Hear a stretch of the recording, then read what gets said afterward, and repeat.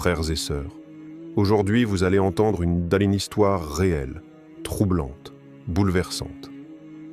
Une femme, croyante ordinaire, a vu dans un rêve celui que des milliards attendent depuis des siècles, le Mahdi.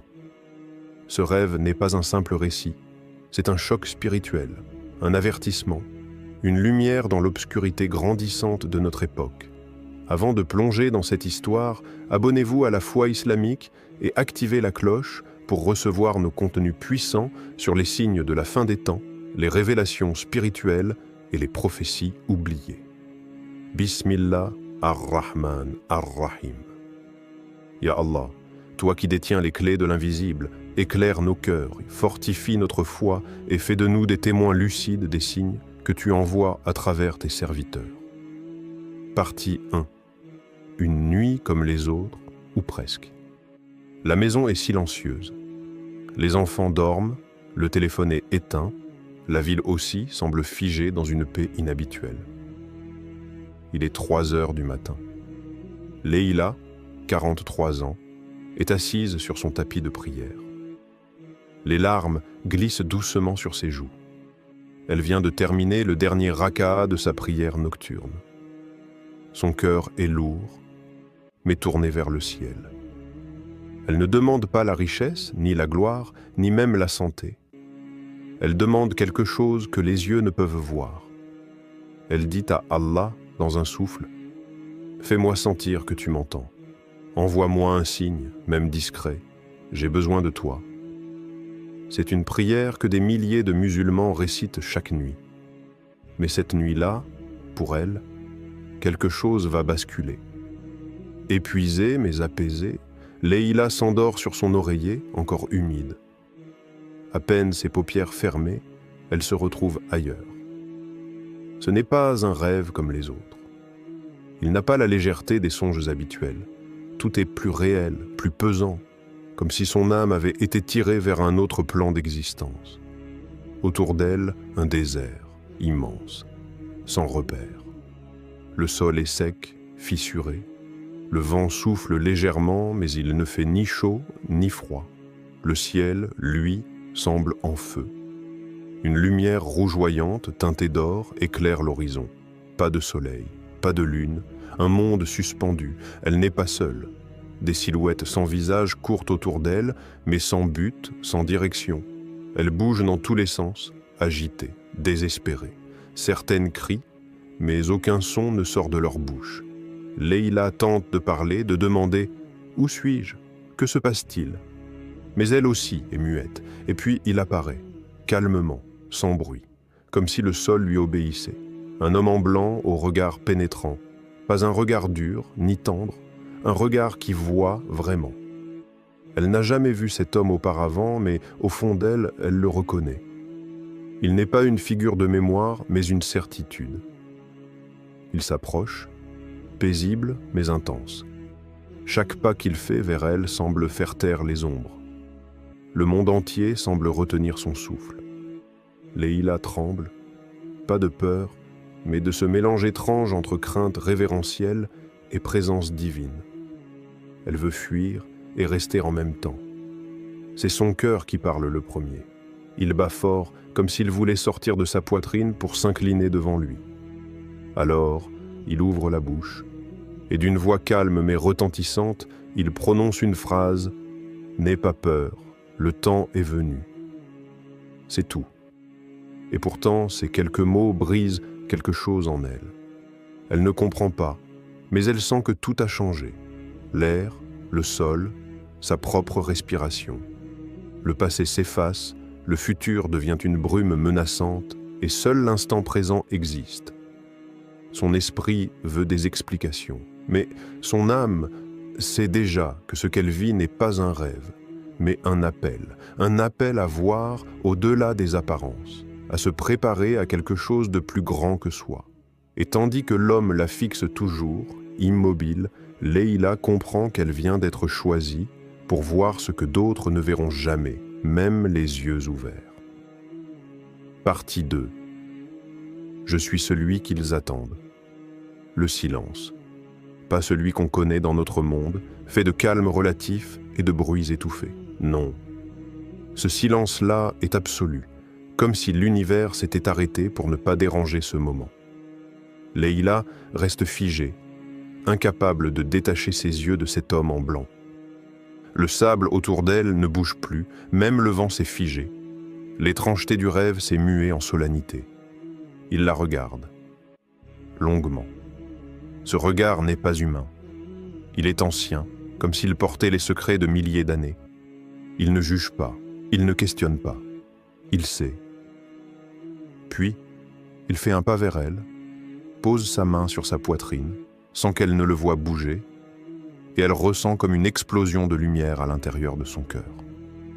Les battements de son cœur ralentissent et une paix immense l'envahit. Il parle à nouveau, d'une voix profonde et douce comme l'écho d'un autre monde. Je suis celui qu'ils attendent depuis des siècles. Leïla fronce les sourcils. Elle veut parler, mais aucun mot ne sort. L'homme continue, comme s'il répondait à ses pensées. Je ne suis pas venu en rêve pour être reconnu par les yeux, mais par les cœurs. Le monde s'endort alors que la tempête approche. Beaucoup chercheront des signes dans les guerres, dans les discours, dans les livres. Mais le vrai signe, c'est ce que tu ressens en ce moment. Il fait un geste de la main. Le paysage change. Le désert s'efface. Devant elle, un champ brûlé, des cadavres de maisons, des enfants qui pleurent, des hommes qui crient au ciel. Une ville, peut-être Damas, peut-être Gaza, peut-être Paris. Les lieux se confondent comme si toutes les douleurs du monde s'étaient fondues en une seule vision. Leïla tremble. Ce qu'elle voit la dépasse. C'est trop pour une seule âme. Mais elle ne détourne pas le regard. L'homme à ses côtés l'observe sans dire un mot. Il veut qu'elle comprenne, pas qu'elle fuit. Et puis il parle encore, en marchant lentement. Le monde est malade. Le cœur de l'humanité s'est endurci. Les puissants se rient des faibles, les savants vendent leur savoir, les âmes s'égarent dans des écrans et peu lèvent les mains vers le ciel. Chaque mot est comme un coup de tonnerre. Il ne crie pas, mais la terre semble trembler à ses paroles. Leïla réussit enfin à parler dans un souffle. « Qui êtes-vous, vraiment ?» Il s'arrête, se tourne.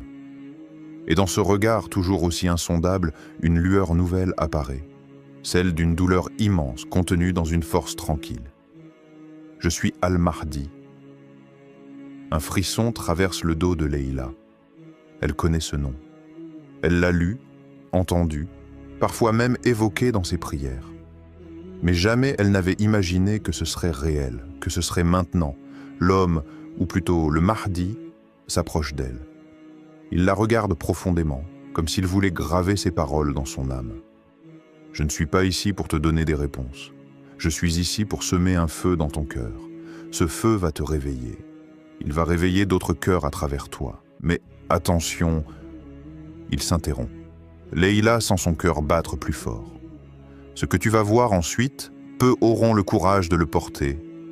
Et dans un battement d'yeux, tout s'efface. Partie 3.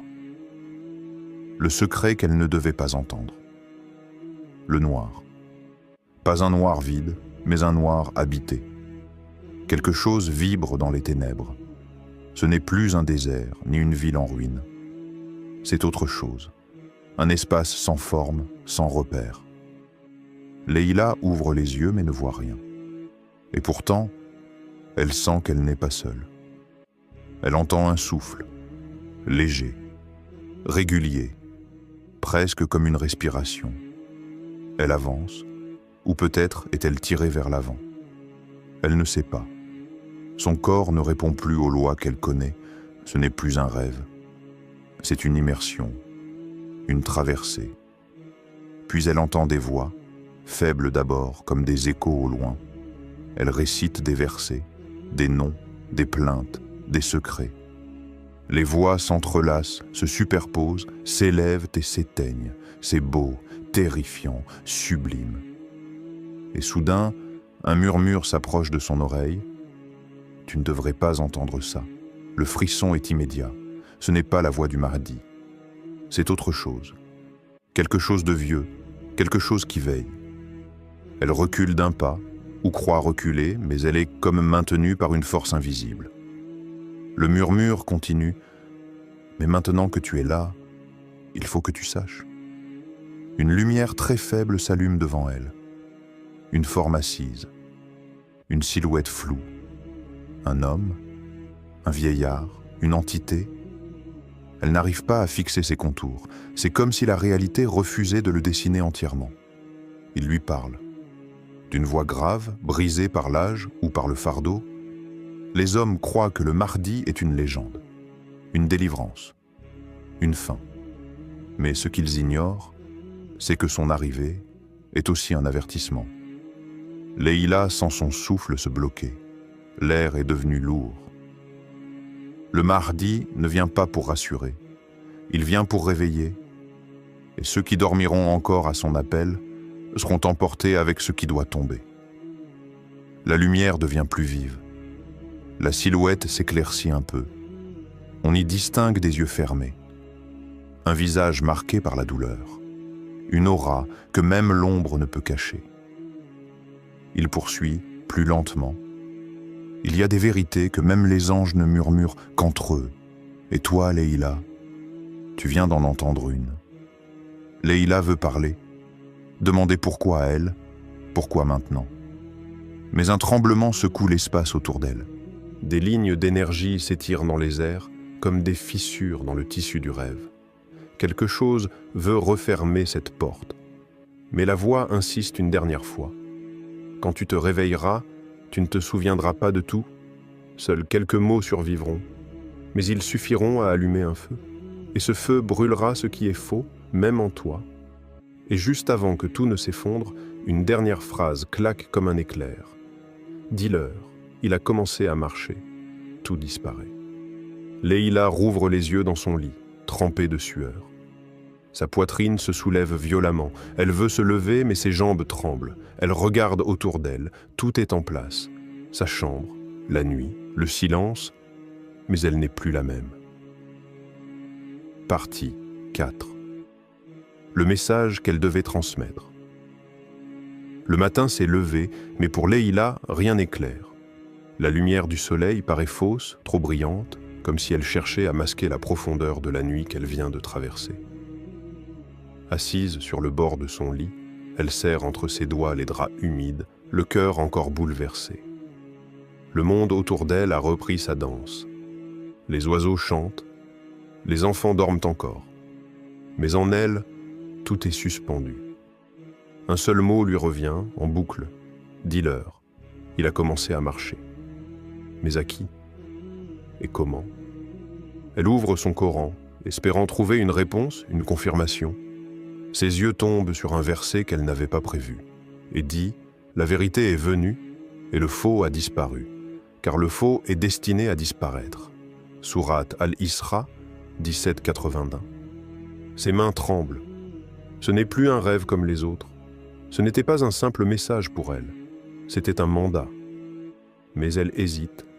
Elle doute. Qui suis-je pour dire cela? Et si on me prend pour une folle?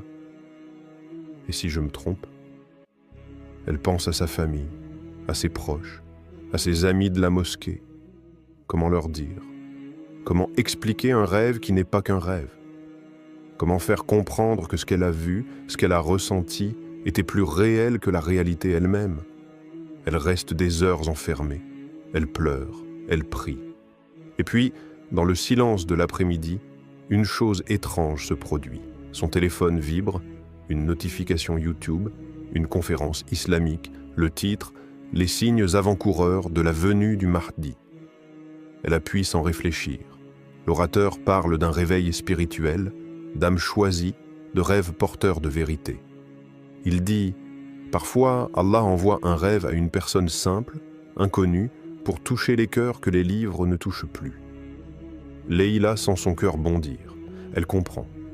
Elle doit parler. Mais pas en criant, pas en s'imposant. Elle commence par écrire un simple post, anonyme. Puis un message vocal à une sœur de confiance. Peu à peu, les mots sortent. Hésitant d'abord, puis brûlant. Elle raconte le rêve, les paroles, le visage, le silence.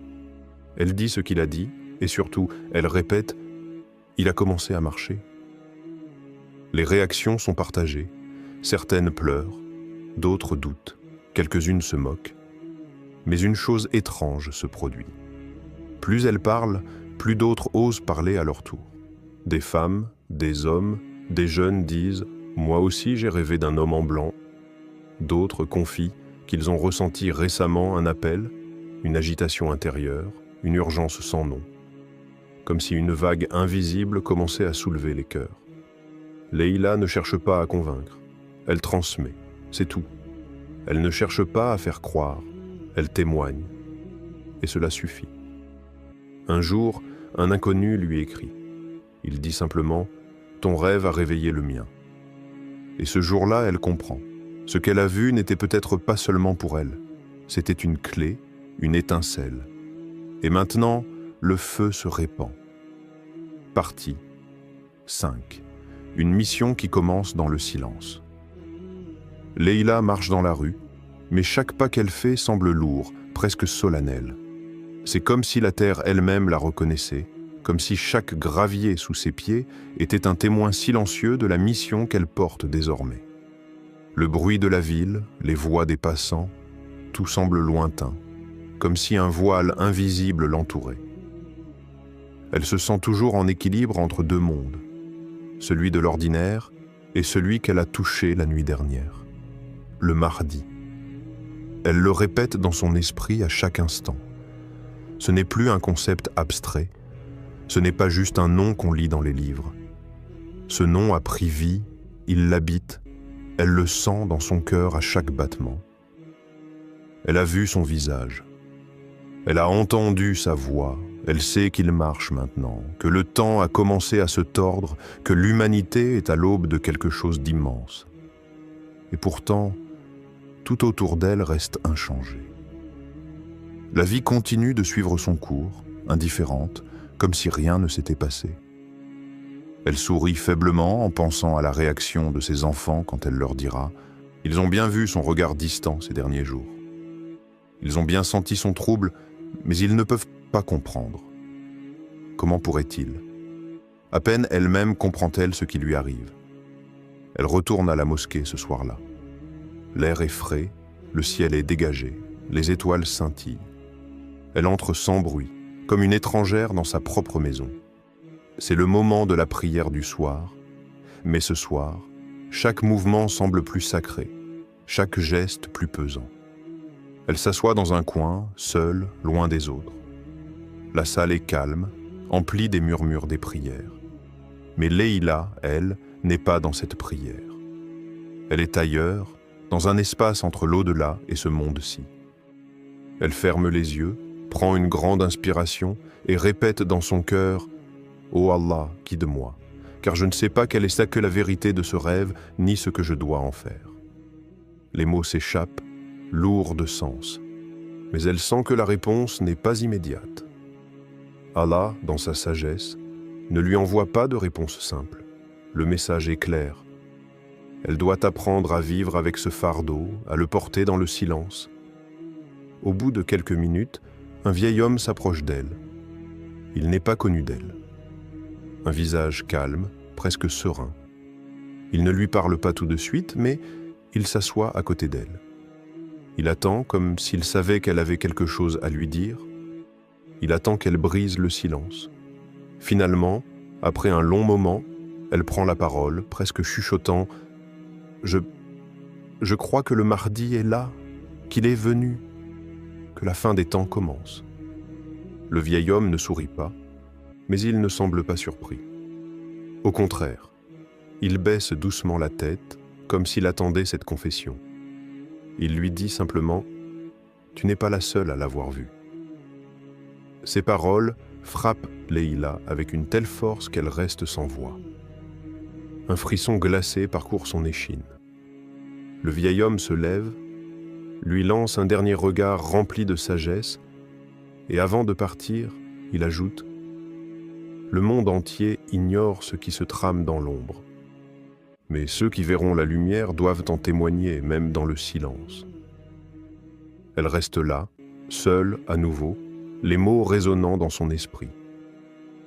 Elle se rend compte que la mission qu'elle porte n'est pas celle d'un prédicateur, mais celle d'un veilleur, d'un témoin dans un monde qui s'endort, d'une âme qui est appelée à raviver la flamme éteinte dans les cœurs. La vérité a été semée. Elle sait que d'autres rêveront, d'autres sauront, d'autres agiront. Mais pour Leïla, la tâche ne fait que commencer. Dans ce monde qui attend sans voir, elle doit être la voix du silence, celle qui porte le message sans le crier, celle qui éclaire les ténèbres avec une simple étincelle. Et peut-être, tout comme elle l'a ressenti, d'autres sentiront ce feu naître en eux, et le chemin du Mahdi, à travers l'ombre et la lumière, sera tracé par ceux qui ont vu et compris, même dans les recoins les plus silencieux de l'âme. Frères et sœurs, ce rêve ne doit pas être pris à la légère. Ce n'est pas un conte pour faire frissonner, c'est peut-être un message, une miséricorde, un sursaut d'Allah dans une époque d'égarement. Et si Leïla a reçu ce rêve, peut-être est-ce parce qu'Allah veut réveiller les endormis à travers elle. Qu'Allah nous guide, nous purifie et nous place parmi ceux qui reconnaîtront la vérité, même quand elle dérange. Abonnez-vous à la foi islamique, partagez cette vidéo et surtout, veillez sur votre cœur. Car c'est là que commence la vraie préparation.